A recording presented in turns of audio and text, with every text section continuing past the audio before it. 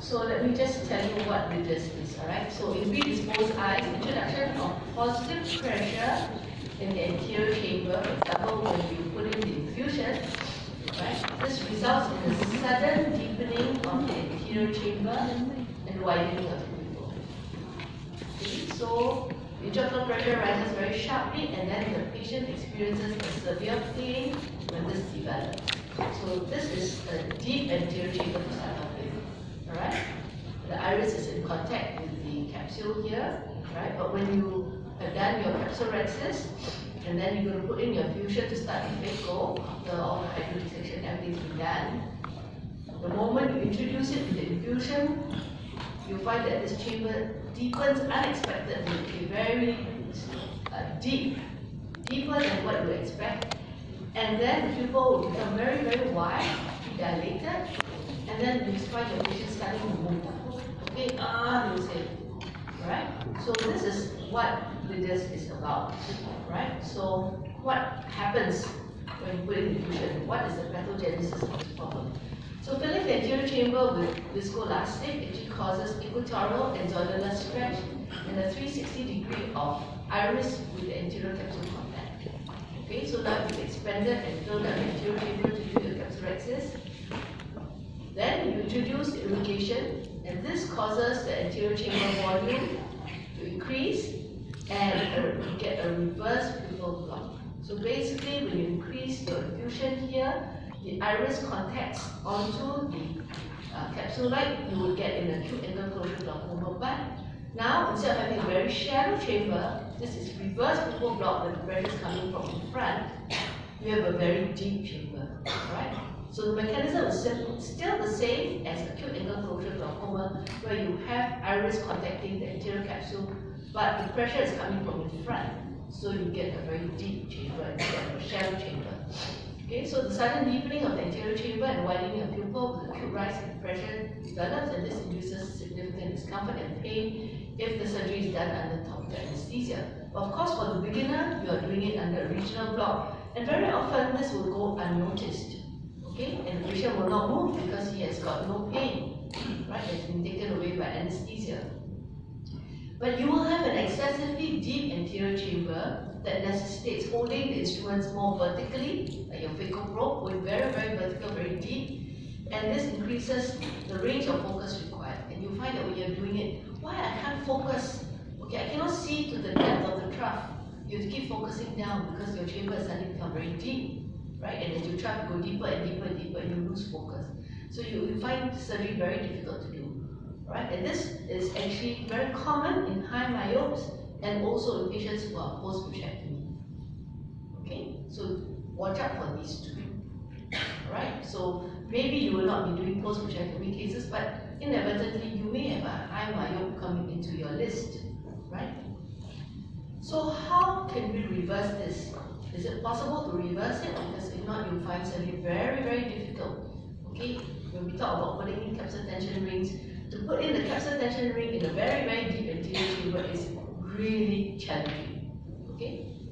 So what you do is you want to break the iris and lens capsule contact. Okay? Because you have a pupil block. So what you do is you lift the iris edge of the anterior capsule, and this allows the fluid to equilibrate between the anterior and posterior chambers, just like in angle closure glaucoma you do a PI, right? And thus bringing the iris, the zonules, and lens back to a more normal position. So you just need to separate the iris from the anterior capsule of the lens, all right? Now, if you imagine that you have a very, very deep chamber, right? And you're going to try and lift this iris, you can't even get the ledge of the iris because sometimes the pupil is so widely dilated, you can't even see the edge properly.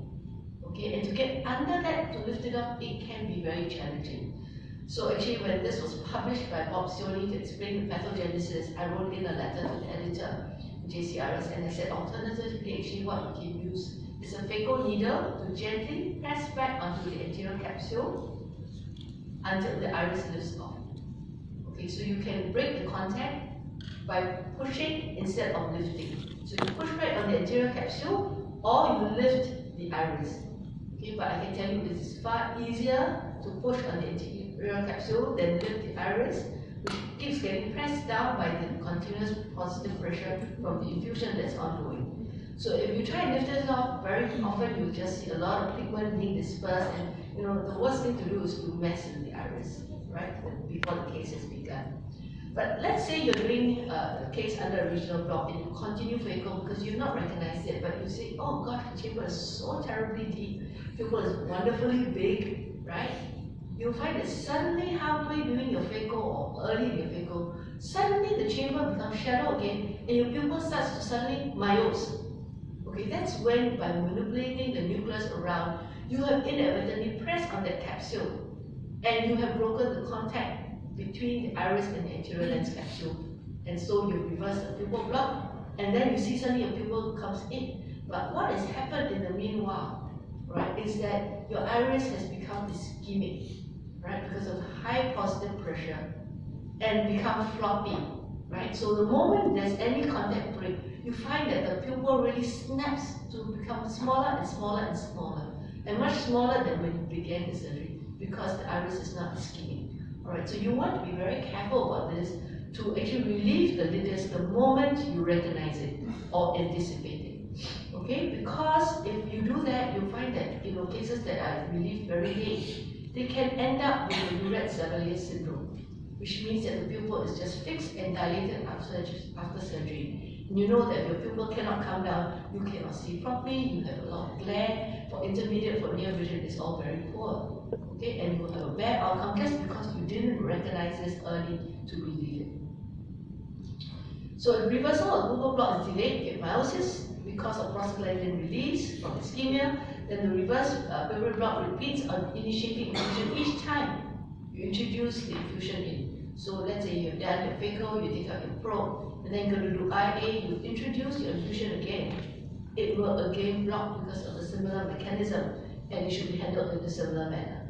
Now, what is important is that if you're using dispersive OPD, right, you can imagine that your OPD is transparent and you don't see it, but when you break the contact between the iris and the lens capsule, right, like what dispersive OPD is supposed to do, it stays there, and the moment you relieve, you move away from the anterior capsule, the block will reoccur because the dispersive OPD is still there, pressing on the iris.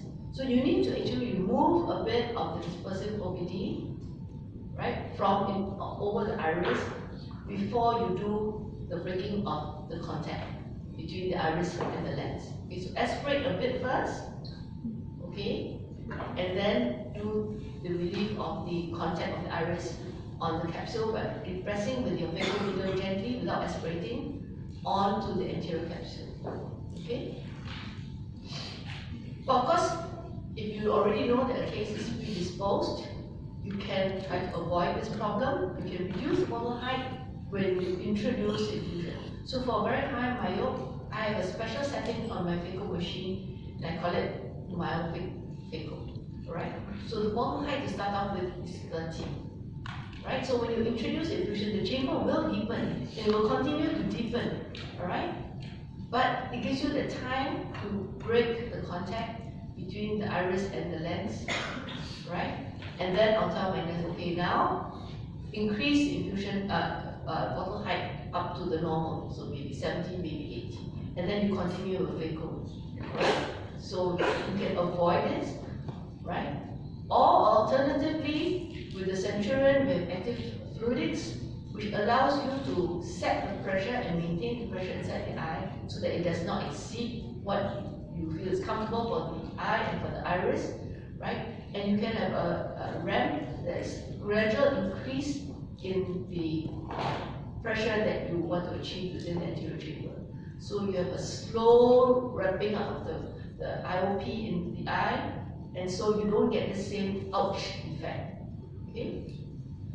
So this is a patient who's got a long axial length, and we're using a small incision here. Okay, so you can see this incision is being made, and we're just going to widen the internal lip, like what we talked about. This was done many, many years ago, and it was before the days of femto. So good size capsulorhexis. Pupil is already big, right? Okay. So I'm going to start infusion now. You see, it deepens straight away. And what I'm doing is I'm pressing on the anterior capsule without aspirating, no vacuum on. Okay, you can see the pupil come back down. Now I put on vacuum and then I carry on with the case. Okay? So you can see it was really very, very deep initially. So I don't know whether it happened again here. Okay, I put in an air bubble so that I don't have the vitreous space coming forward and high myo. And again, you know, if you have an air bubble, it's good because the pressure actually compresses on the air bubble rather than increasing the pressure so suddenly. Okay, so that's the other thing you can do when you're doing IA. Okay, let me just show you another case. 31 mm axial length.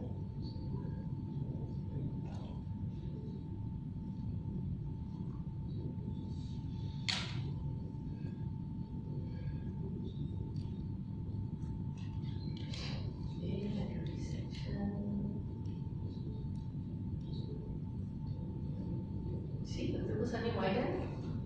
Alright, so you press and then the pupil comes back to a more normal position.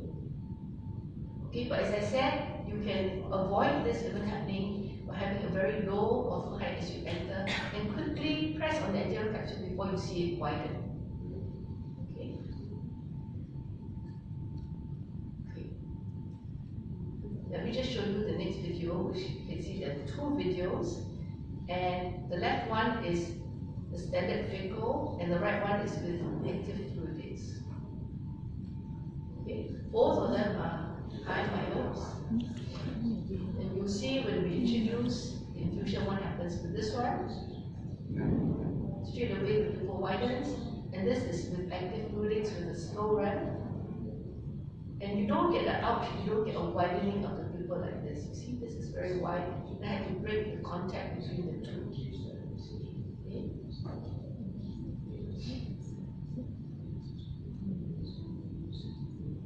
You will see later again when I do aspiration.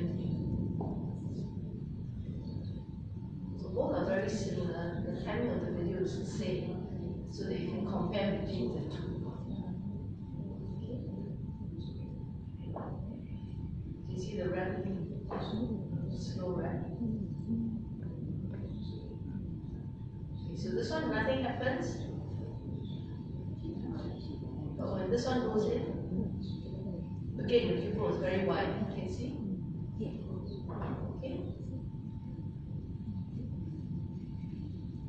Okay, let's move on. So I think it's important that you should anticipate, right, rather than the patient jumping off the table, right, especially in high myope, post-protractomy eyes. Consider regional or intracameral anesthesia. You can do 1 or 2% non-preserved looking for these eyes, right, because you will feel the change in pressure as you move in and out. The infusion, lower the ball height on anterior chamber entry, or use active fluidics, like what I showed you. Aspirate a quadrant width of dispersive viscoelastic over the iris, and then you break the contact between the iris and the anterior capsule, and then after that you raise the bottle to the appropriate height to do your phaco. Okay, any questions? Thanks, Susan Phaik. I have a question for you. Can you just